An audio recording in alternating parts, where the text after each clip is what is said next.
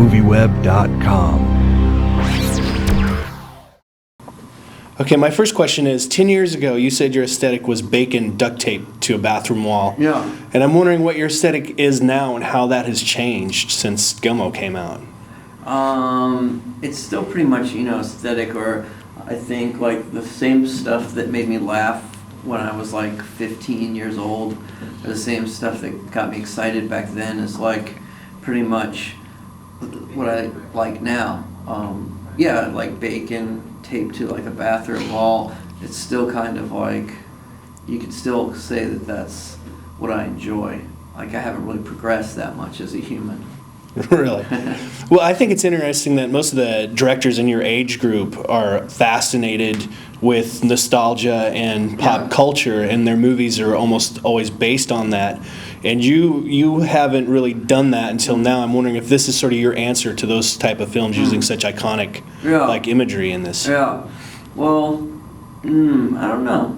I know I wasn't like but this was more, I guess I can say, like I've always been attracted to kind of like obsessive characters, or characters that kind of live outside of the system, or people that have been like isolated, scum, the tramps, the whores, the marginalized, and like so. I think more than anything, I guess like the idea of using impersonators or icons was as much about like the obsessive nature of the kind of person who would live their life as someone else, as it was any kind of statement on popular culture. Like I didn't really ever set out to say anything really, Well, I was reading the press notes, and it says that a woman walking an invisible dog told you to make this movie. Yeah. Now, can you tell me about that story? Well, she didn't like tell me to make it.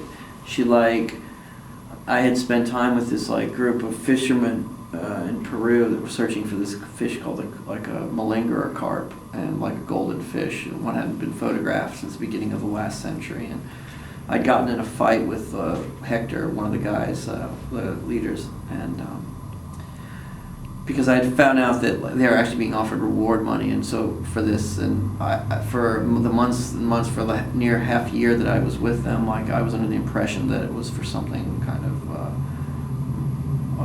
maybe more like pure, and so I was really upset with Hector and the malingerers. And his wife was autistic, and she used to walk around with a leash with no dog, an invisible dog at the end. And so after our argument, she gave me the leash, and I took off back home. And I hung it on a wall by where I'd slept, and I was living in someone's basement. And 3 weeks after I had moved back, in the middle of the night, I heard like this barking coming from this leash, and so it was a strange thing, because then it was like really all of a sudden, pretty close after that, I started to come up with this movie.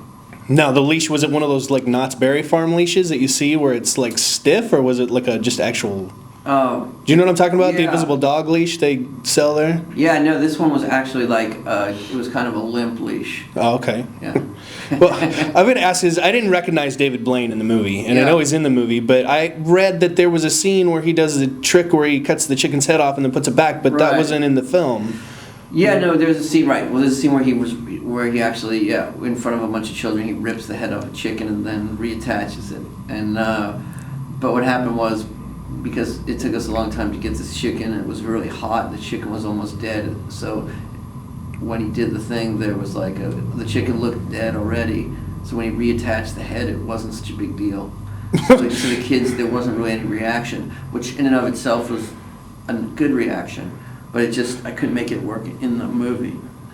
So I'll put that probably in the extras. Deleted scenes. So with my 1 minute, I want to ask, I was also reading the, I think, Interview magazine article with you in there this morning, and it says that you still have footage from the fight Harm. Yeah. And is that ever going to be made available, like in a public setting on a DVD or anything like that? You know, it's weird. I go back and forth. Like I have it. It's really accessible as far as like I could do it at any time. But I go back and forth between like this idea that maybe I don't want to disappoint anyone. Like it is funny, but like what I set out to do was make the world's greatest comedy, and like the great American comedy. And like I don't know if I got beaten up enough to have that qualify. So like, I'm not sure if like, is it good enough to just know it exists, or should I put it out there? I go back and forth. One day I say yes, the other day I say no. One day I say yes. It'll probably, I'll probably put a couple of those fights down. Well, do you think it's become so legendary that you almost can't put it out because people want to see it so bad? Right, and right, that's something too. There's something to that, and also like I don't know if I don't want to like ruin what's in people's minds. What they imagine it to be. Maybe it's in their mind it's better than what it really is, or maybe it's just good enough to know the concept is good enough.